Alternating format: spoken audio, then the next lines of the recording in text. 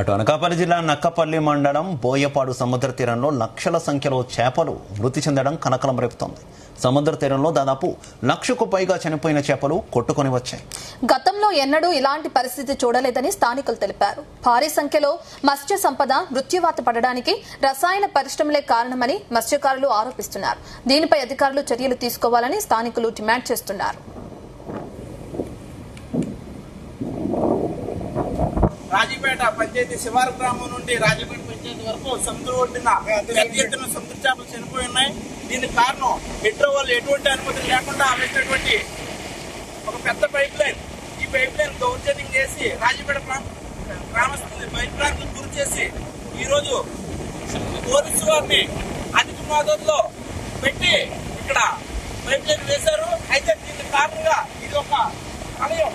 సముద్రంలో ఒక చేప లేకుండా మొత్తం చనిపోయి దీనికి ప్రత్యక్ష సాక్షులుగా గ్రామస్తులు ఇక్కడ ఉన్నాం. అయితే దీనికి సమాధానం ఎట్రో వారు చెప్పాల్సి ఉంది. లేదా అంటే రాజపేట గ్రామం మొత్తం ఎట్రో వారిని గేట్ ని ముట్టడిస్తామనేసి ప్రజావేదికగా అందరూ డిమాండ్ చేస్తున్నాం.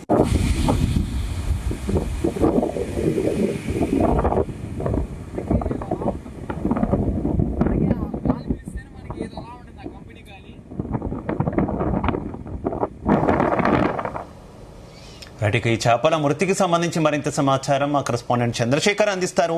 చంద్రశేఖర్. రైట్ శివ, చూసుకుంటే అనకాపల్లి జిల్లాలో భారీ సంఖ్యలో మత్స్య సంపద మృత్యువాత పడి తీరా చూసిందని ప్రధానంటే అనకాపల్లి నక్కపల్లి మండలం బోయపాడు సముద్ర తీరానికి లక్షల సంఖ్యలో మత్స్య సంపద కూడా కొట్టుకు రావడం కలకలం వచ్చి గతంటువంటి మత్స్యకారులంతా ఒక్కసారిగా ఆందోళన చెందినటువంటి ఏదైతే రాజపేట పంచాయతీ శివారు బోయపాడు గ్రామం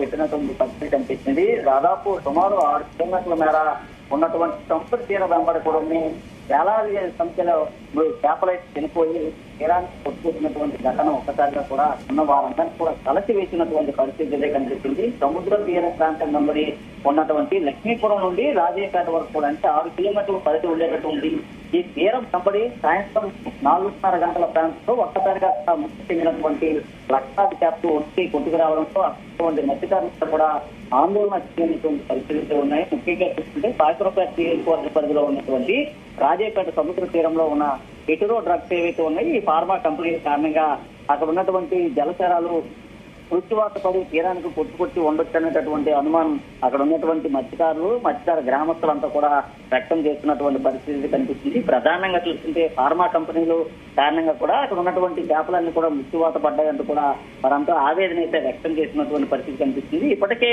చూస్తుంటే మత్స్య సంపద లేక అక్కడ ఉన్నటువంటి మత్స్యకారులు దాదాపు 18 గ్రామాలకు చెందినటువంటి మత్స్యకారులు వలస వెళ్లి వేరొక ప్రాంతంలో సముద్రంలో వేట కొనసాగించేస్తున్నటువంటి పరిస్థితి కనిపిస్తుంది.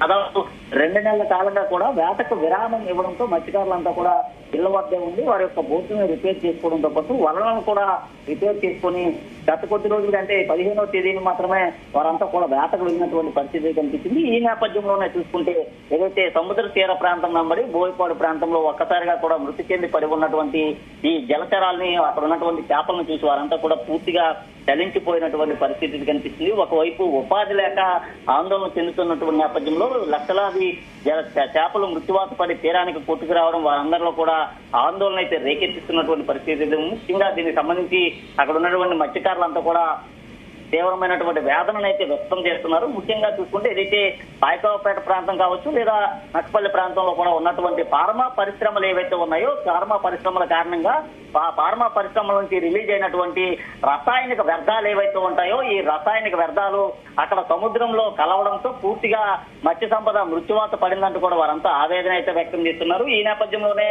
ఈ రోజు చూసుకుంటే ఆ ప్రాంతంలో గతంలో ఎన్నడూ లేని మాదిరిగా కూడా వేలాది సంఖ్యలో చేపలు చనిపోయి ఒడ్డుకు రావడంతో వారంతా ఆవేదన అయితే వ్యక్తం చేస్తున్నారు. ముఖ్యంగా చూసుకుంటే ఈ ఫార్మా కంపెనీల కారణంగానే చేపలు మృత్యువాత పడ్డాయంటూ కూడా వారంతా ఆందోళన అయితే వ్యక్తం చేస్తున్నటువంటి పరిస్థితి కనిపిస్తుంది. ఏది ఏమైనప్పటికీ కూడా వేలాది సంఖ్యలో అక్కడ ఉన్నటువంటి చేపలు చనిపోవడంతో వారంతా తీవ్ర ఆవేదనకైతే గురవుతున్నటువంటి పరిస్థితి కనిపిస్తుంది. ముఖ్యంగా ఇప్పుడే వేటకు వెళ్తున్నటువంటి తరుణంలో లక్షలాది సంఖ్యలో చేపలు ఒడ్డుకు కొట్టుకు రావడంతో వారంతా కూడా రోధిస్తున్నటువంటి పరిస్థితి అయితే కనిపిస్తుంది. ముఖ్యంగా ఇటీవల కాలంలో చూసుకుంటే మత్స్య సంపదను కాపాడేందుకు కేంద్ర రాష్ట్ర ప్రభుత్వాలు తీసుకుంటున్నటువంటి చర్యలు ఏవైతే ఉన్నాయో ఆ చర్యల్లో భాగంగా కూడా ఇప్పటికే మత్స్య సంపదను సంరక్షించాలంటూ కూడా ఒకవైపు చెప్తున్నప్పటికీ మరోవైపు చూసుకున్న మాత్రం ఈ రోజు అక్కడికి కొట్టుకొచ్చినటువంటి చేపలు ఏవైతే ఉన్నాయో ఆ చేపల నుంచి అక్కడ ఉన్న వారంతా కూడా రోధిస్తున్నటువంటి పరిస్థితి అయితే కనిపిస్తుంది. ఈ నేపథ్యంలోనే దీనిపైన అక్కడ ఉన్నటువంటి అధికారులకు కూడా మత్స్యకారులకు సంబంధించి కావచ్చు మత్స్యకార గ్రామస్తులు కూడా ఫిర్యాదు చేసినటువంటి పరిస్థితి కనిపిస్తుంది. మరికొద్ది చేపట్లోనే ఆ ప్రాంతానికి చేరుకుని అసలు అన్ని వేల సంఖ్యలో అక్కడ ఉన్నటువంటి చేపలు ఏ విధంగా మృతి చెందాయనే దానిపైన కూడా అధికారులు పూర్తి నివేదిక ఇచ్చేటటువంటి పరిస్థితి ఉంది. Right, okay, thank you.